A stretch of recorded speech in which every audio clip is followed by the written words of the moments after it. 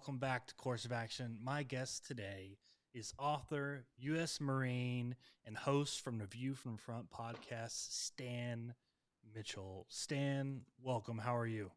Hey, I'm doing great. Thanks so much for having me. I really appreciate it, Jeff. Yeah, of course, man. I appreciate you answering the call when I put a kind of a call out there for people to come on. And what I was trying to do is not just fill up my schedule, but I needed to touch base with other authors and other people out there like yourself that I just didn't know yet. So thank you for Absolutely. touching base with me. And we're gonna do this, and we're gonna talk about 11 books, man. You've published Well, 11 books. That's amazing. yeah, thank you. Well, and to add to what you mentioned about you're picking a good genre, and I know of some of your other previous interviewers or interviewees, I guess, have said that, but like you're in a great community because everyone's very supportive. Yeah, I know. It's like I was shocked. I figured, like, especially the big dogs like Mark Greeny and all those guys would be really, really, like, kind of possessive over their little corner share. Like, I don't want somebody else coming up and rising through the ranks and kicking me off the pedestal. Totally Right, opposite. right. Yeah, Mark yeah, Greeny not couldn't that have way at been a all. more like humble guy when I met him at BoucherCon. Like he was super cool. Simon Gervais was really cool. Don Bentley, like these guys, like you would think that they would have Absolutely. these egos about themselves, like I'm a big damn deal. And it was like, Yeah, no, they were super cool, total even the humble. way that even the way that Brad Thor, helped pull Jack Carr into it, or not pull, might be the wrong word, but he helped him make connections, and Yeah. you think Brad Thor is way up there, and it's Well, like he certainly him didn't get making in time his for someone way. like that. Yeah, Like he he didn't stand in his way and say, don't want a guy, you know, right. challenging me. I'm sitting on the Yep. throne right now as the thriller god. I don't need Right. somebody Yeah. kicking me off. But Definitely. he didn't stand in the way, which I think it tells a lot about the community because, um, like over in nonfiction, I wrote a leadership book. That's very competitive, like Right. very Yep. competitive. Like I everybody's agree. trying to be the bigger voice. So, Right. Yep. but enough about that. Let's talk about you, man. Former U.S. Marine turned Yep. Yep. author. Let's talk about military service. How long were you a Marine? Yeah. So I went in 1995, which seems like a long time ago now, and then I served on active duty until 1999. I got out, and then just before actually 9/11, I went back into the reserves. Served 2 more years. I kind of missed it, and then of course we kept playing hurry up and wait. Never deployed, and so after 8, I was done. But I did 4 on active, 2 in the reserves, and of course I got small man syndrome, so I demanded guaranteed infantry, and so I'm very proud of that. A lot of people exaggerate their service and talk about being, whatever they did, SEALs, snipers, whatever. And anyone who's done infantry I am very proud of having done infantry. It is unbelievably grueling and demanding. And even in peacetime, we saw just a bit. But in the 90s, it was mostly, not a lot happening after Desert Shield, Desert Storm. But the grind of just training, the danger of it. We actually, unfortunately, lost a man in Okinawa on a uh, like a creek stream crossing, which is probably a understatement. It was a flooded, very dangerous situation. But man, infantry is no joke, even in peacetime. Yeah, absolutely. So why'd you get out? That's a great question. Really, it was burnout. So if you, I wanted to be the best. Still to this day, most Marines have tattoos. I never got a Marine tattoo because I wanted to go recon and then become, join the CIA. That was always my goal. But the honest truth is what happened is I burned out. I still to this day don't drink, but back then I didn't drink as well, and so I would a lot of my buddies would actually relax, and I was the guy that could never relax. When I wasn't in the field, I was always studying books. I was always PTing, and a lot of my buddies that were not nearly as motivated. Everyone thought I'd do 20 or more, but the honest truth is I just burned out, and so I still got sergeant 4 years. I'm still very proud of the things that I achieved, Absolutely. but I burned out. That's the honest truth. I mean, let's talk about burnout for a second while we're on this military transition and kind of talking about service. Burnout is real. Like people Yeah, think absolutely. that there's a point in time where you can kind of skate by, maybe you can kind of just get an office job and all that, but the demands are still there. I was in the Air Force, and we have different rule sets when it comes to physical fitness and what kind of jobs you work and all that. But every service has their quirks about them. Burnout is real. Wearing a uniform Absolutely. can be tough at times. And what was, you obviously got out because of burnout, but what was it like coming back into civilian, being a civilian Yeah, in that that transition, was having burned that. out? Yeah, well, that was brutal. Is to have done well in the Marine Corps, and I was fortunate enough and lucky enough to. I'm sure the Air Force had boards as well, but Yep. I had won Marine of the Quarter for like the entire Second Marine Division, which ended up almost being a fluke. But I had gone through a number of boards and gotten sergeant and done really well, and I was a squad leader. And then to get out, enter college, and I mean, you go from being a squad leader and in charge of maybe a couple $100,000 worth of gear, including NVGs and night vision devices, and then you're just a nobody, and so that was just a brutal transition. You've got I was working at Staples, and you've got a manager who doesn't trust you to sort the aisle right, and you just it's a brutal transition. It's hard for all services, and it's definitely hard, I think, for Marines to go from you think you're really good at your job and you're one of the best, and and then you're just no one. You're just Stan. You go from Sergeant Mitchell to you're just Stan, and it was hard. So that's why I ended up missing it, and so I went back in the reserves, and but it's in the reserves you can leave at any time. I knew the first night I was back, it was a Friday night, and I realized it was a mistake, and I was like, man, this sucks. It was a Friday night, and it was, I don't even remember if it's cold or wet or what, and I'm like, why am I here doing this? I have nothing to prove. But you can't quit. That was the problem, is that you're a squad leader, and even though I could have quit anytime during those 2 years, I didn't want to let the guys down. But infantry is never fun. If you're doing it right, it sucks. It sucks at levels it's hard to explain. But yeah, so I didn't want to do anymore, but I didn't want to let them down. So I served through the end of the 2 years, and yeah, I'm proud of what I did. Sorry about that. The dogs have something to say. Go infantry. Yeah, That's right. he's got something he wants to say too. Sorry about that. So Yeah, infantry, all those years, U.S. Marine, you get out, and then now flash forward 11 books later. Let's talk about that. yeah, absolutely. How the heck did you get started in writing to get to a point to write 11 books? Where'd you start? Yeah, so I started in, my mom and I can't exactly pin down if it was fourth grade or fifth grade, but I remember being that young, and I had read some book, and it was, or started some book, and I was just a bit into it, and I was like, this is terrible.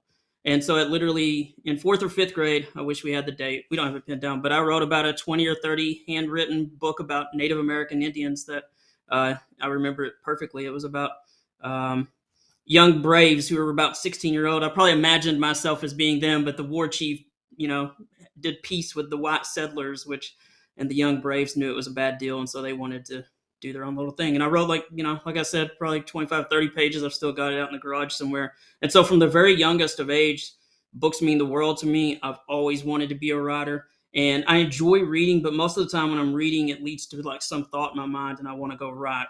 So I wrote off and on all the way through high school. Probably didn't much in the military. Um, but then actually at the age of while I was in college, I met a fellow writer. We wrote a book together. We co-wrote one together, which is very challenging to do. I'm still not sure how we did it, but we finished it, and we talked to some.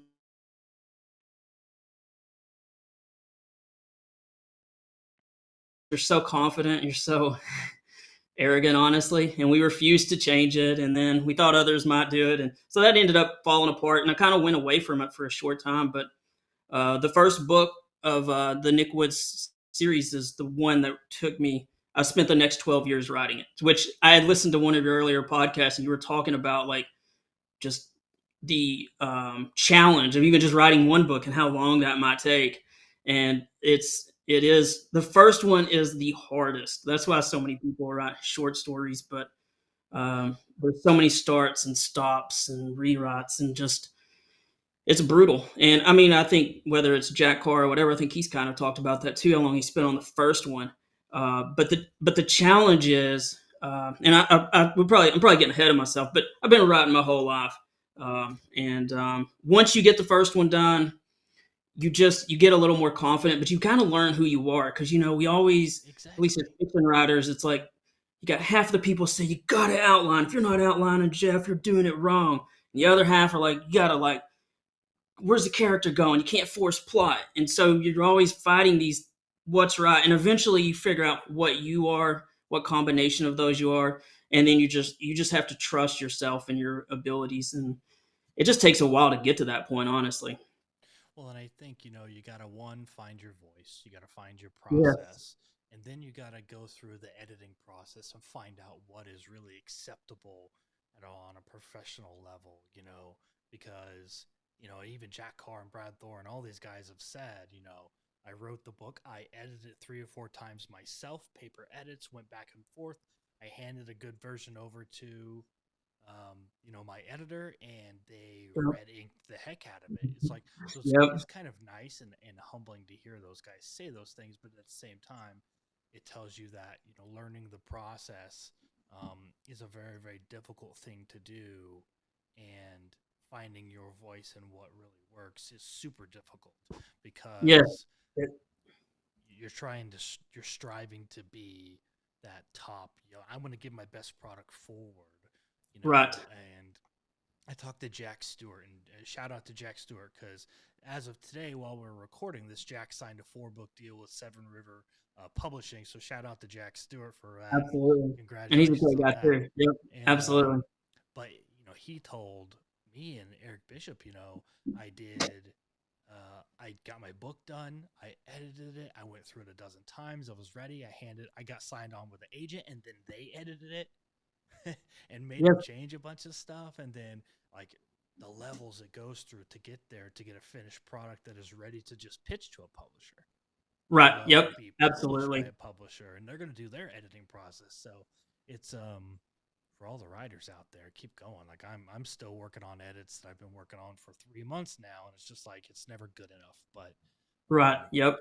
I think you got to take that time and struggle and work through it and learn before you finally get to a point where you're like, okay, here we Well, and go, if we you got there.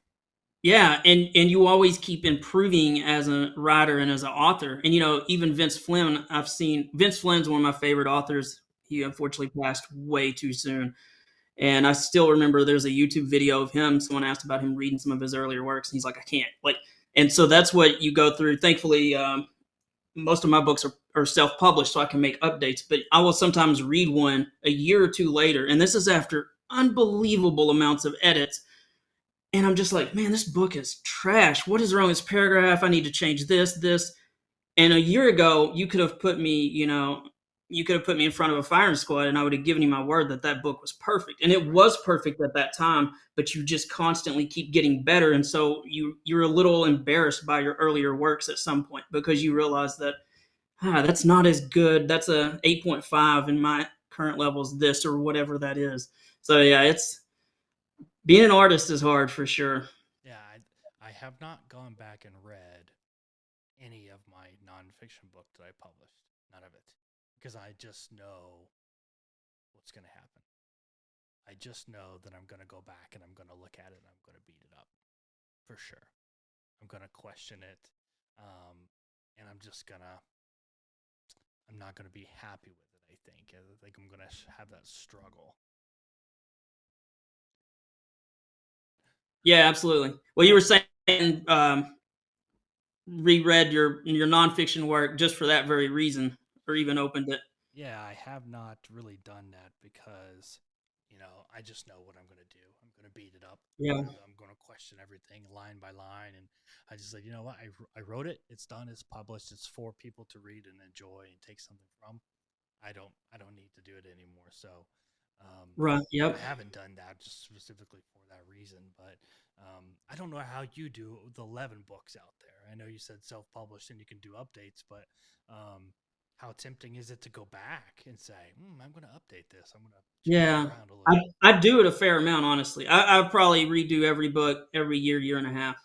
Wow. and just make them better. And so it's because it's like, to me, I see each of these books as like almost like a field and it's part of a farm. And so if you've got this field that you could improve, why would you not go, make the lines a little straighter, put better seed in it or whatever? And so, and honestly, I'm probably OCD.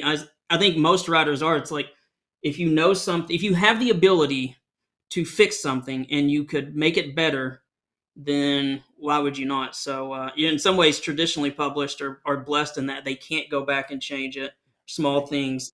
But yeah, I make sure I don't change any character arcs or any big things like that. But as far as rewriting a paragraph or tightening up an ending, there have been several of my books that I just wasn't as good on the at the end of each chapter as far as putting a good little hook in. Right. And if some of them, when I've reread them, didn't have that, I would put that in. And maybe that hook is like in the next page or the next chapter, but I'm just constantly making them better.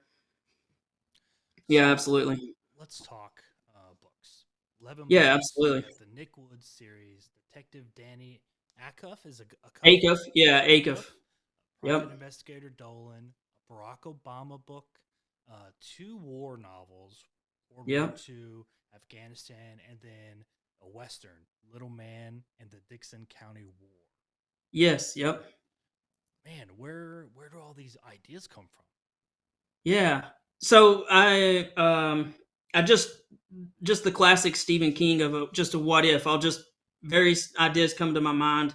I don't like to be tied into. I don't want writing to feel like work. Sometimes it does. I'm finishing up the fifth Nick Woods book, and it's hard to do what you should do, which is stay in one series. Like, if the easy path is you pick a single character, you do 10, 15 books. That is absolutely the way one should do it. But it's also, and you can ask big name authors this, it's also what you naturally want to resist doing, because you want to be, like Stephen King. You want to say, I want to write this, I want to write that. And Stephen King's done horror. You know, um, he's done mystery books. He's done like, I can't forget the word, but basically, like the Stand books where that, Hmm. he's hit every genre, and so that's what everyone wants to do.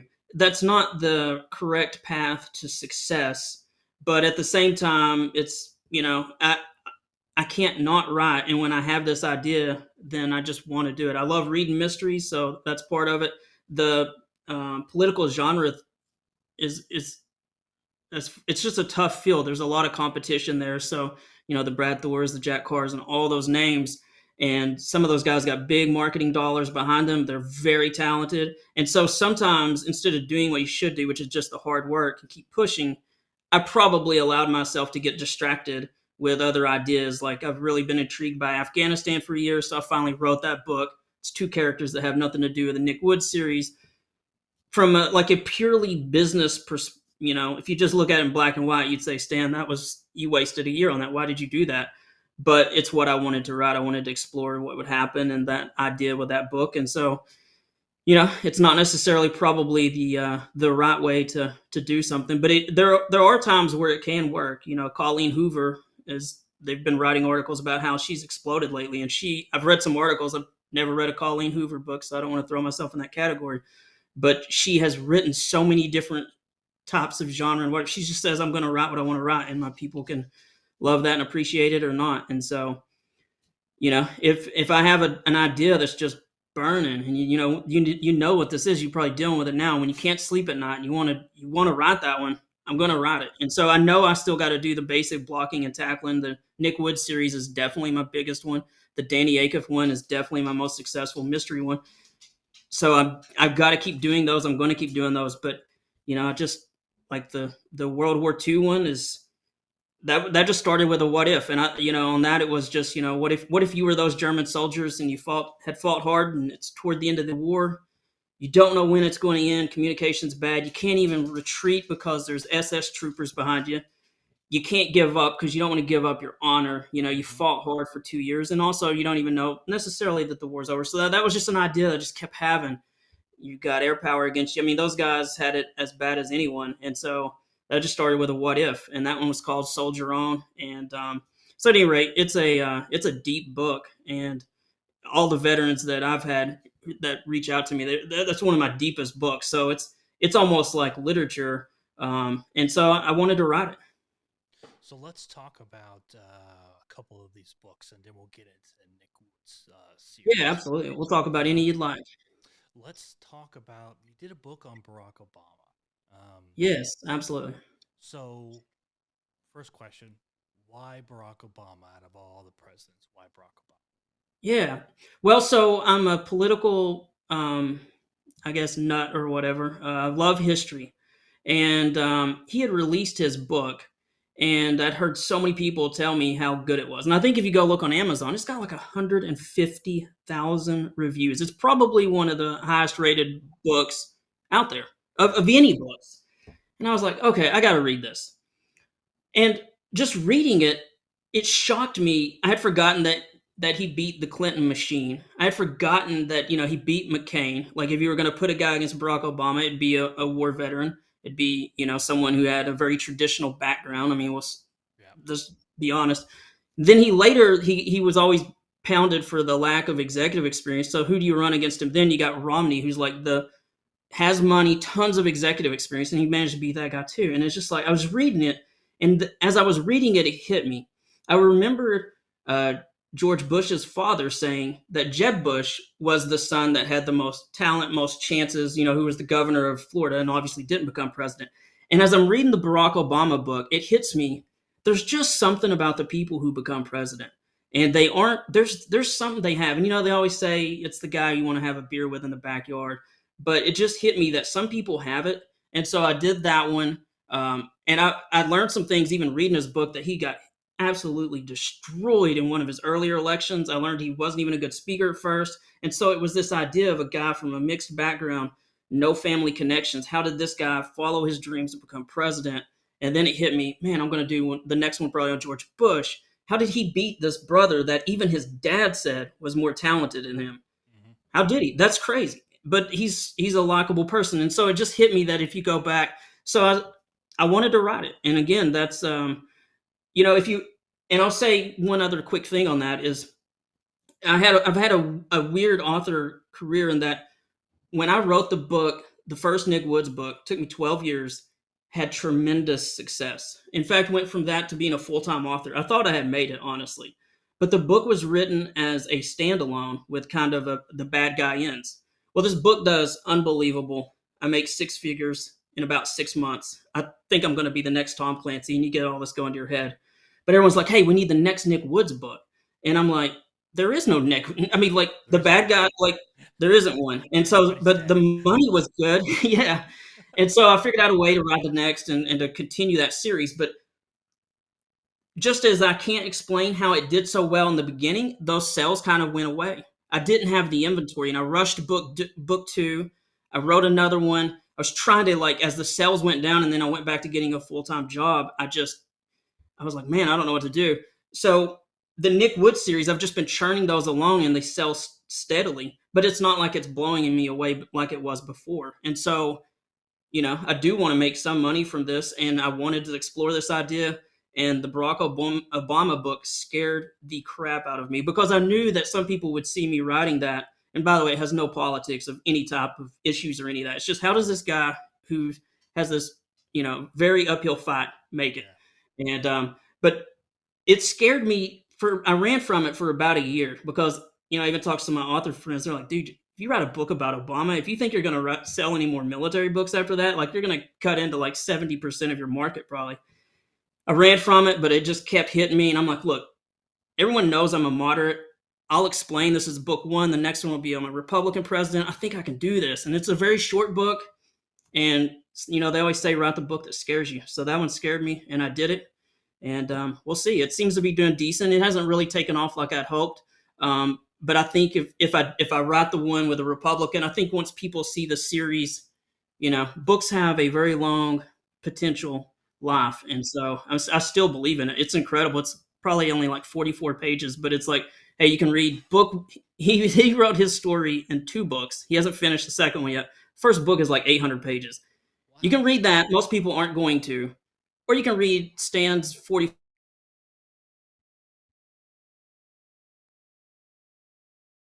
time to coach his fourth grade Sasha's basketball team while president. Most people don't even know that.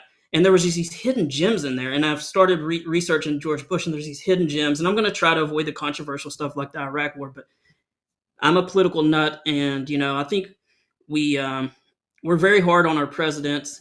If you're elected, you already start with 50% against you. But I think most of them are Yeah. pretty good folks who are trying to do a good job. So Well, and I don't really like um, democratic politics. It just doesn't kind of fall in line with a lot of my feelings.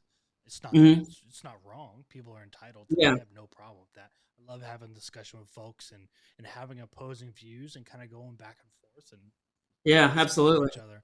Um, and I didn't vote for Obama, but I tell you what, he seems like one of the coolest dudes on the planet. I mean, Right. Yeah. and I don't care what anybody says or thinks. And Jeff Clark's allowed to have his own opinion. So if you don't like it, you can change the channel. I'm not really concerned with that. And if you don't want to listen to this podcast anymore because I said I think Obama might be cool, then that's fine with me. Um, because again, I said I didn't vote for him. I don't agree with his politics, but I feel like he's a really cool guy, really kind of down to earth. I like that he was involved in basketball. He liked a good craft beer. Like he Hmm. did a lot of things. I was like, this guy's a human. Like, and I think it was Right. cool to see that side of a president because we only got to see that side of Bush. And not to get too political, but we only got to see that side of Bush when he was in office, when he left Washington and went to his ranch to get away, Exactly. because all Right. the other times he was involved with the war. It was Right. war, it Yep. was politics, it was Yep. all this stuff. I almost felt like we didn't get to see him let his hair down, whereas with Obama, I feel like we kind of did a little bit. That was Right. kind of cool. I That's thought very it was fair. interesting that you chose him first to do a book, and I think that's really cool. It's really admirable. I think it's cool, man. And I think you're going to find a lot about Bush because I read his book.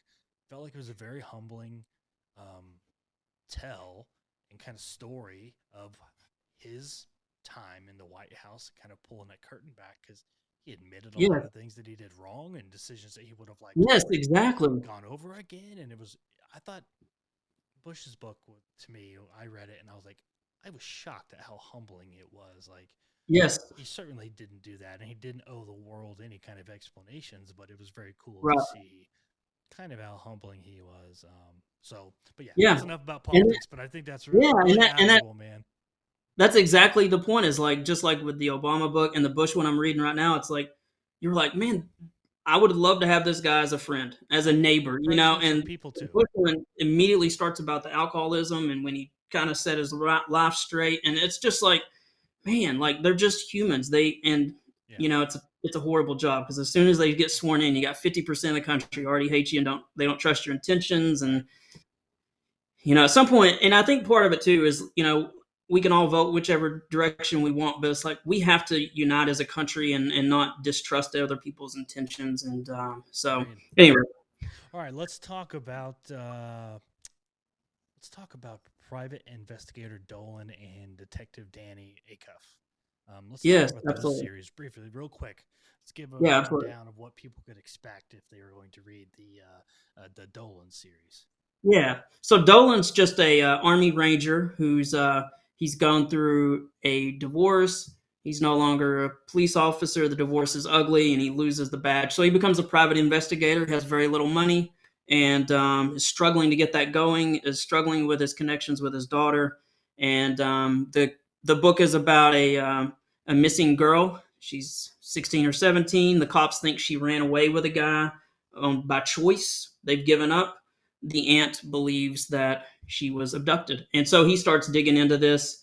And it's a good book. That it doesn't hurt that the aunt is hot. It also doesn't hurt that the law enforcement involved in this much larger, almost cartel situation. So he's an army ranger who served in Mogadishu, and he's Okay. not going to stop once he realizes this is the real deal. So it's it's a little gritty. It's a good. I think it's a pretty good book. And all my books move fast. I'm not a. I'm if you're looking for like a ton of description, I'm not your guy. I'm full speed ahead kind of guy. So it's only probably 110, 120 pages. But yeah. So that's the Dolan one. The Danny Acuff one. He's a prior Force Recon Marine who did his time. He becomes a detective. he also, I guess this is a theme. Didn't really realize until I was explaining about them. But he also he tries to save his marriage, and he leaves the big city of Memphis where he's been seeing a lot of action. And as a military guy, you get hooked on that adrenaline of action. Yep. His wife wants him to slow down and go to law school, so they move to a smaller town, and he's getting kind of his last kicks as being a detective there. But he starts to uncover some pretty dangerous stuff there, and the Danny Acuff one is that one's actually selling pretty good. So it's a good book. I've already got book 2 of it as well. He's a martial arts guy, so I always make sure I put some hand-to-hand stuff in it, also some philosophy, some Eastern philosophy, and so they're deep, but they're also fast-moving and pretty good. So people are demanding I get book 3 of that one done. It's about half done, but yeah, those are those two. Those are the 2 mysteries I have. Excellent. Have you read the Noah Hunter series by David Darling? Yeah, no, I have not, but I listened to the podcast that you did with him the other day, and it is on my list. Yeah, good stuff. He's a cop, um, and David kind of had one of those things where he wrote a really good book at a bad time. That was when, cops were Yes. in the news, the Blue Lives Yep. Matter was, people didn't have good opinions about cops, and he was trying to pitch it around to people, and they were loving it, but they're like, hey, we can't publish this right now. That was Um, shocking. Yeah, to hear yeah, you guys talk about how it's like, great book, great writing, great all this, but we're not going to, it can't sell, and the yeah, book's we not can't good. sell it right now. But But he it's was great almost stuff. forced to do the self-published. Yeah. Yeah, it's great stuff. David has since signed with a literary agent, and I know he's going to do big things. Going to have him on Absolutely. here another couple of months when he releases the next one. But yeah, great stuff. I think you would love that. You and him would probably have great conversations. He's a former Canadian Army tanker, so yeah, you guys would probably have all kinds of stuff in common. Yeah, But yeah, good absolutely. stuff. The Danny Acuff and the Dolan stuff reminds me of Noah Hunter. So good stuff there. And then let's talk about your Western, man. What I love Yeah. a good old Western movie. Lonesome Yeah. Dove and all those Oh, Lonesome Dove's Tombstones. amazing. Yeah. I watched a lot of John Wayne stuff with my dad growing up. So Yeah. a Western is kind of a. I don't know if I would dare to do it. I think I could probably, but I don't know if I would dare Well, to. you should. It's fun. So I will say, my partner at that time, I was struggling with a sold out book.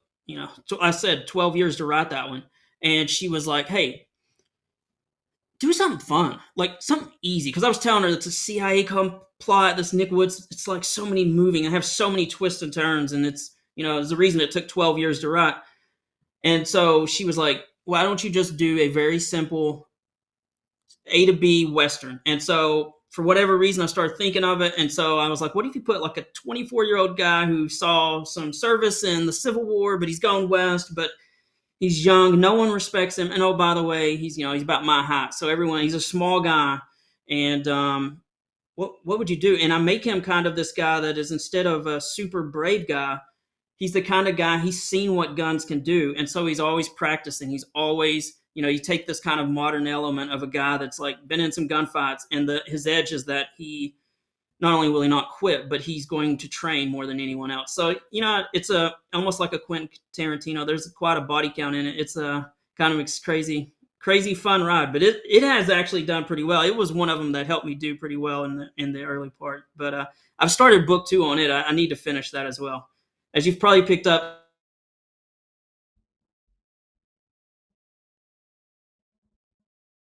Yeah, it sounds like you got a lot of works in progress, man. I think that's really really cool. Well, so yeah, it sounds like you got a lot of works in progress, which I think is really awesome. I definitely want to hear more about them. I'd love to read the western. What do you think about some of the modern kind of westerns, a la the Yellowstone and stuff Oh, like that? That's kind of out. I'm so C.J. hooked on Box has a lot Yellowstone. of really cool books. Like, what do you think Yeah. about all those? Oh, they're amazing. Yeah. I wish I was talented enough to tackle those.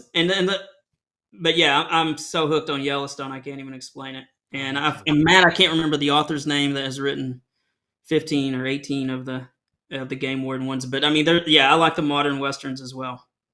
So all right, let's get into the nitty gritty here. Let's talk about Nick Wood. You got 4 books in the Nick Wood series. Let's talk about those 4 books kind of briefly so we can give people a chance to kind of understand what it is. And then we'll talk about book 5 and where that's at. So, Yeah, who is absolutely. Nick Wood and kind of where does he start off as? Yeah. So let me make sure I don't give too much away. So Nick Woods was a Marine sniper who did some top secret missions in Afghanistan back in the 80s. And I'll give just a small bit away because I have to set it. But he did some top secret missions, and actually, and my what if on this was, when we were supplying stingers to Afghan mujahideen to shoot down Soviet Hind helicopters, like, how do we know we didn't have a sniper or two over there? And so I had this idea of, what if you took one of the best snipers the Marine Corps had, you put him into the CIA, he does some secret missions over there. So that's what he does.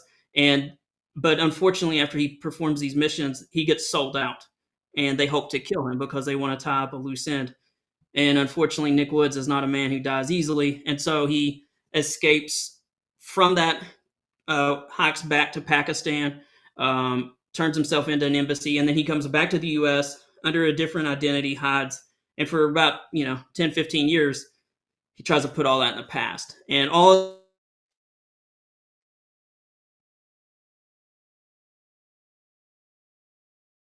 them that he has hidden stuff everywhere, and if he ever dies, an attorney will release it. So they decide to let him be. But what the wrinkle is that there's a investigative reporter who spends years going after this story, and as he publishes this story that U.S. forces actually took part against Russian forces in direct action, massive media firestorm, and again, this rogue element of the CIA decides it would be easiest to take out Nick Woods as to help, as well as the reporter. And unfortunately, in that situation, they take out Nick Woods' wife. So he doesn't have a lot to live for at that point, and snipers don't like to be hunted, so he starts hunting. And so I tag him with a liberal New York journalist who's never done any type of violence in their life, never, not even a fist fight. And I put these two together who could not be more different. And so I'm very proud of that book and how it came together. And again, that was supposed to be just a standalone, but people loved Nick Woods. I think they love Nick Woods because he's just a gritty, tough Marine. He's not some special forces guy or anything. He's a tough guy. He's like the Stephen Hunter books with Bob Lee Swagger. He's just a Yeah, I tough can relate to Southern him. man with a rifle. Yeah. Yeah, Well, it's yeah, obviously doing well. 4 books down, 5th one on the way in yeah, progress. yep. What's going on with number 5? So I'm working on the ending now. So it involves Ukraine, and what happened was it was going along well, and of course about 6 months or so ago, it was based on the situation before the massive Russian invasion. For those who don't know, Russia had invaded Crimea, the Crimean Peninsula, and part of the eastern part of Ukraine, and it had been that way since I believe it was 2014. Mm-hmm. But with the recent invasion, so I'm nearly done with this book. But then with this massive Russian invasion about 6 months ago, with the massive war that everyone's familiar with now, a lot of people aren't as familiar with the earlier invasion, it totally messed the plot up. And so I had to go back to the drawing board. So I basically had to tear the book apart. And so it led to a big delay, really. So at any rate, it is what it is. And me having a messed up book is not anything compared to what, unfortunately, the poor people in Ukraine have gone through, and the unfortunate situations and atrocities that have happened to them. So Yeah. me being behind on a book is nothing compared to what has unfortunately happened to them. So when do you think we're going to get it? When's it going to release? Do you know? Have any idea at this point? Yeah, let's see. I'm literally working on the ending now, but I would say first part of next year, first 2 or 3 months or so. They got a title yet? Yeah, You don't have I to haven't release it. told You don't anyone. have to Yeah, I give any haven't told spoilers if anyone you yet. don't want to, man. Yeah, I'll hold off. I'll hold Okay. off. Well, you can come back. You can come back That and I would love to. we'll do it till you can do a guest Absolutely. appearance or something where you come in halfway. Here's the cover and here's the title. Boom! I would love that. We'll have to do something like that and celebrate the Nick Woods and FY. In 2023. I said FY. I'm still in work mode. Thinking of I hear fiscal you years. there. Yeah, you'll be Um, doing that 20 years from now, still trying to shed all the military stuff. right? Yeah, and I work for the government. during the day. So like I can't get away from it. But Yeah. so last thing. Where can people go to find out more so that they can follow the books, get the newest updates on, Nick Yeah, Woods number absolutely. 5? Where can I find you at, man? Drop those links. Yeah, absolutely. So I obviously have an author website. You can find all my books through Amazon, though. Just look up Stan R. Mitchell. You'll see a ton of them. All of them, lots of reviews. And so you can kind of scroll through and see which ones you're most interested in, if any. I appreciate your support. I wanted to throw out, I'm on Twitter, I'm on Substack, but I do a weekly podcast as well where I just share some of the latest defense news, but I'm mainly highlighting what our military is doing. And, like I said, we lost a Marine in peacetime. I think a lot of people don't realize that at any given time, we've got a million men and women doing, even in peacetime, dangerous things to keep the spear sharp. And so I'm always highlighting that. It comes out every Thursday. So I'd love for you guys to join me there. And then any new book announcements I put there as well. And obviously, I'd love to come back. But yeah, I'm pretty easy to find. You just Google me and I come up. So that's Stan Mitchell, author, Yes, Stan. former Marine, Yeah. host of the View from the Front podcast. Stan, thank you so much for coming on, man. Definitely got to have you back. We got to talk Nick Woods number 5 when that gets Absolutely. closer to coming out. So stay in touch. Man, I just appreciate you coming on. This was great. No, this was great. I really am honored. I appreciate you letting me talk about the books a little bit, and I look forward to helping you as you write yours, because that first one it's like wrestling a muddy pig. It's going to be hard, but man, it's Yes, sir. if you do it, you get hooked, and you never stop after that.